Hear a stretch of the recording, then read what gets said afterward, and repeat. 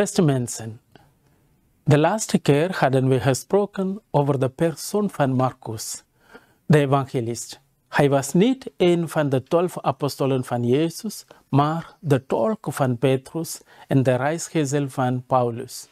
Bij het op schrift stellen van zijn evangelie geeft hij de prediking van Petrus en Paulus over Jezus samengevat.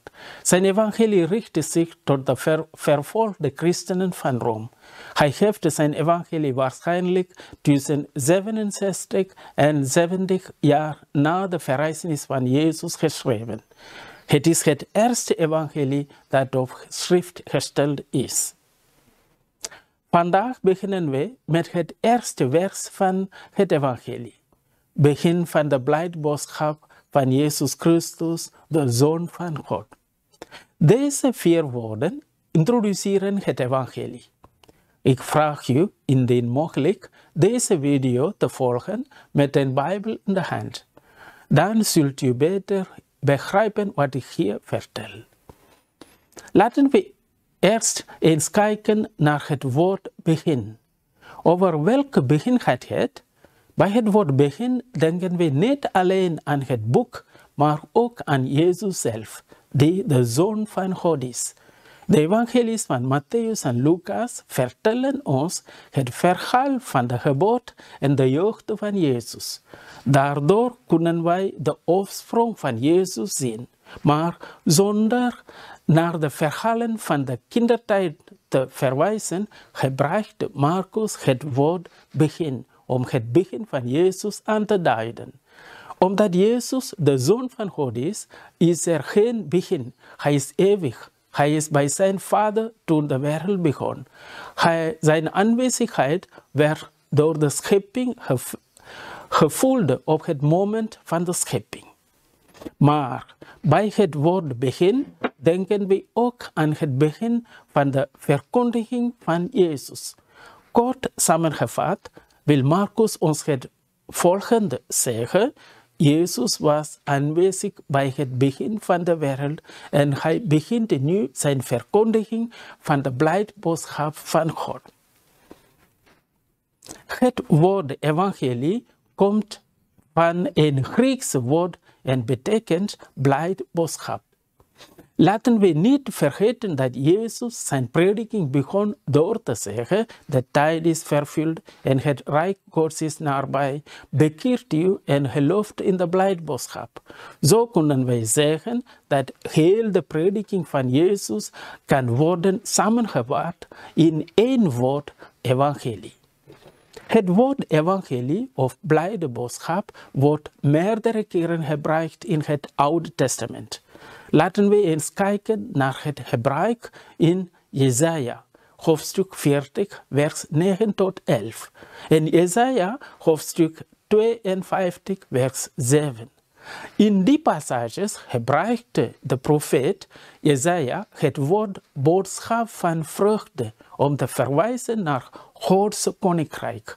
Uw God is als koning gekomen. Als de profeet aankondigt, uw God is als koning gekomen, dan bedoelt hij dat God handelt. God zorgt voor mensen. Daarom verkondigt Jezus aan het begin van zijn prediking: het rijk Gods is nabij. Omdat het rijk Gods in Jezus vervuld is. God handelt in Jezus. God werkt in Jezus. Het evangelie is niet alleen het onderwerp van de prediking van Jezus, dat wat Jezus verkondigt. De persoon Jezus zelf is het evangelie, de blijdboodschap. Als hij zegt, geloof in de blijdboodschap, dan gaat het niet alleen om wat hij zegt, maar ook om vertrouwen in zijn persoon. Wij moeten niet vergeten dat ons geloof draait om de persoon Jezus Christus. Wij zijn verbonden aan zijn persoon. Hij is het onderwerp van ons geloof. Kijken we naar de naam Jezus Christus. We weten uit het evangelie van Lucas dat Jezus de naam is die door de engel werd gegeven.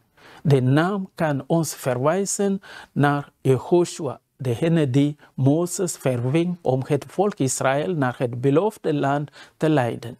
Dat woord Joshua betekent God redt. Onder die naam is Jezus ook gekend. Met deze naam Jezus verwijzen wij naar de historische Jezus. Dat wil zeggen naar de persoon Jezus die toegankelijk is voor onze zintuigen. Die in de wereld gekomen is. Die heeft geprikt. Die is gestorven en is verrezen.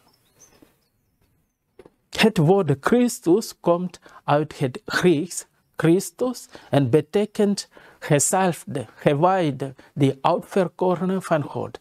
In de oren van een Jood klinkt dat woord als de Messias die het volk Israël verwachtte sinds de 5e eeuw voor Christus om het koninkrijk van Israël te herstellen.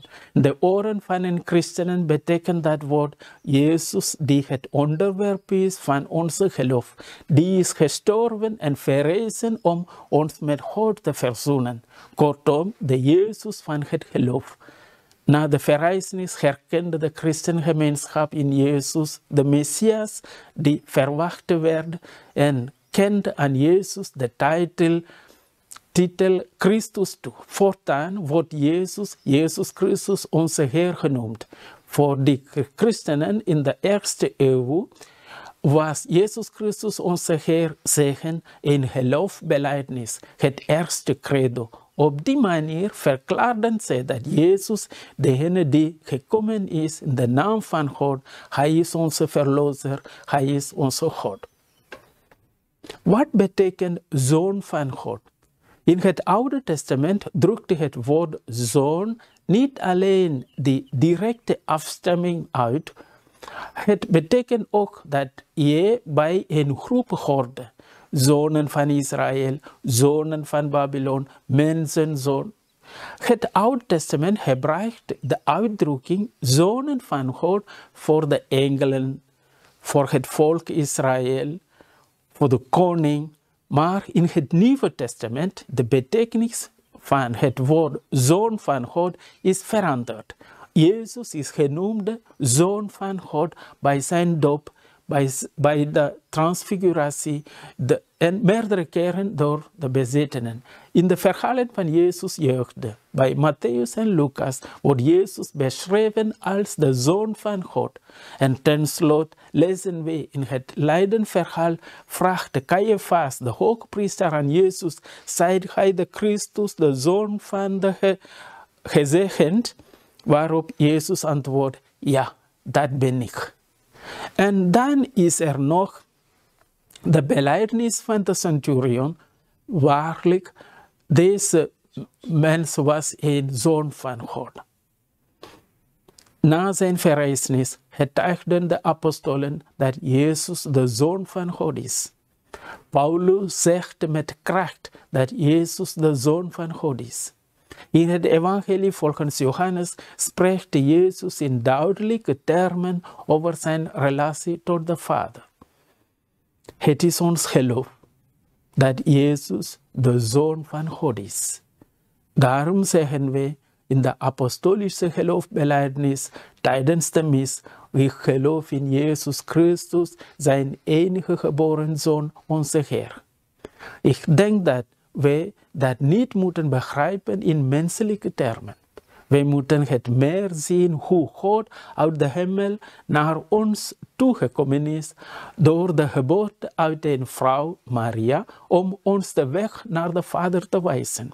Alleen een aandachtig lezen van het Nieuwe Testament kan ons overtuigen van dit mysterie, dat wij nooit zullen begrijpen zonder geloof.